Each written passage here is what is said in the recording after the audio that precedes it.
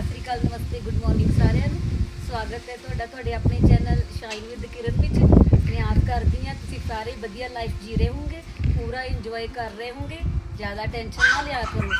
हो सकता है जो तुहाडे कोल कोई उहदे लई तरस रहा होवे, ठीक है, परमात्मा का शुक्र मनाया करो, जो भी अपने को हैगा उहदे च ही खुश रहा। जिद्दां आपां नूं पता भी दिवाली आ रही है, सारिਆਂ ने अपनी फेवरेट मिठाइयां चूज कर लईआं होणीआं कि की खाना है। तो मैं सोचा क्यों ना सारिਆਂ ਦੀ फेवरेट मिठाई आपां इत्थे घरे बनाईए, ठीक है। गुलाब जामुन सारिਆਂ ਦੇ फेवरेट है। ਅੱਜ ਆਪਾਂ ਦੱਸਦੇ ਹਾਂ ਕਿੱਦਾਂ ਬਣਾਣੇ ਗੁਲਾਬ ਜਾਮੁਨ ਘਰ 'ਚ। ਬੜੇ ਸੌਖੇ ਤੇ ਬੜੇ ਟੇਸਟੀ ਗੁਲਾਬ ਜਾਮੁਨ ਤੁਸੀਂ ਸਾਰਿਆਂ ਨੂੰ ਬਣਾ ਕੇ ਖਿਲਾਇਓ ਐਤੀ ਦੀਵਾਲੀ ਤੇ ਆਪਣੇ ਹੱਥਾਂ ਨਾਲ। ਚਲੋ ਚੱਲੀਏ ਮੇਰੀ ਕਿਚਨ ਵਿੱਚ ਬਣਾਉਂਦੇ ਹਾਂ ਗੁਲਾਬ ਜਾਮੁਨ। ਆ ਜਾਓ।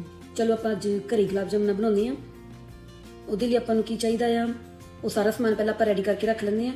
ਉਹਦੇ ਲਈ ਚਾਹੀਦਾ ਮਿਲਕ ਪਾਊਡਰ, ਕਰੀਮ, ਜੇ ਕਰੀਮ ਨਹੀਂ ਹੈਗੀ ਆਪਾਂ ਕੋਲ ਤਾਂ ਆਪਾਂ ਇਹਦੀ ਜਗ੍ਹਾ ਤੇ ਮਿਲਕ ਵੀ ਯੂਜ਼ ਕਰ ਸਕਦੇ ਹਾਂ, ਖੰਡ, ਥੋੜੀ ਜਿਹੀ ਸੂਜੀ, ਥੋੜਾ ਜਿਹਾ ਬੇਕਿੰਗ ਸੋਡਾ, ਇੱਕ ਸਲਾਈਸ ਲੈਮਨ, ਥੋੜਾ ਜਿਹਾ ਦੇਸੀ ਘੀ, ਥੋੜਾ ਜਿਹਾ ਮੈਦਾ ਤੇ 5 ਤੋਂ 7 ਆਪਾਂ ਨੂੰ ਗ੍ਰੀਨ ਇਲਾਇਚੀਆਂ ਚਾਹੀਦੀਆਂ ਜਿਹੜੀਆਂ ਛੋਟੀਆਂ ਹੁੰਦੀਆਂ, ਠੀਕ ਹੈ।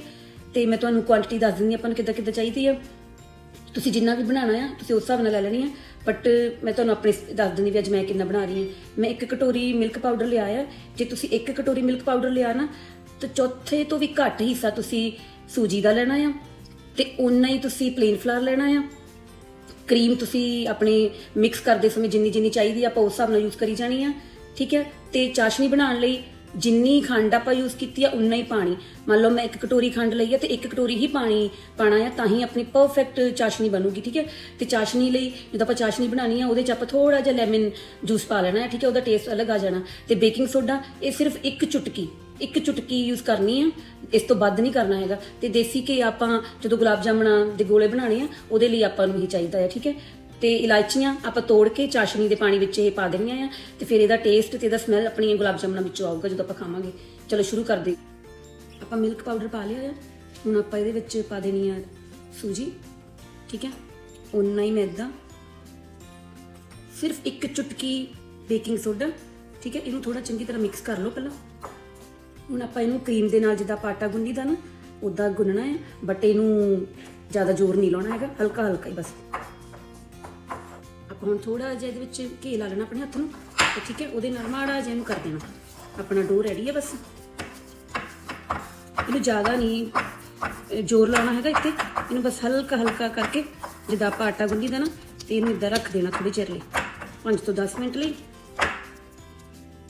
That's it. ਜਦ ਤੱਕ ਆਪਾਂ ਹੁਣ ਆਪਣੀ ਚਾਸ਼ਨੀ ਰੈਡੀ ਕਰਦੇ ਹਾਂ, ਠੀਕ ਹੈ। ਜਿੱਦਾਂ ਮੈਂ ਤੁਹਾਨੂੰ ਪਹਿਲਾਂ ਕਿਹਾ ਸੀ ਕਿ ਜਿੰਨੀ ਖੰਡ ਉਨਾ ਹੀ ਪਾਣੀ। ਮੈਂ 1 ਕਟੋਰੀ ਦੇ ਵਿੱਚ ਪਾਣੀ ਪਾਇਆ ਤੇ 1 ਕਟੋਰੀ ਆਪਾਂ ਖੰਡ ਪਾ ਦੇਣੀ ਹੈ, ਠੀਕ ਹੈ। ਹੁਣ ਇਹਦੇ ਵਿੱਚ ਆਪਾਂ ਥੋੜਾ ਜਿਹਾ ਨਿੰਬੂ ਦਾ ਰਸ ਪਾ ਦਈਏ, ਬਸ ਥੋੜਾ ਜਿਹਾ ਪਾਉਣਾ ਹੈ, ਠੀਕ ਹੈ। ਤੇ ਨਾਲ ਹੀ ਆਪਾਂ ਜਿਹੜੀਆਂ ਗ੍ਰੀਨ ਇਲਾਇਚੀਆਂ ਪਈਆਂ ਨਾ ਇਹ ਹਲਕੀਆਂ ਜਿਹੀਆਂ ਤੇ ਕੁੱਟ ਕੇ, ਇਹਦੇ ਬੀਜ ਵੀ ਵਿੱਚੇ ਹੀ ਰਹਿਣੇ ਚਾਹੀਦੇ।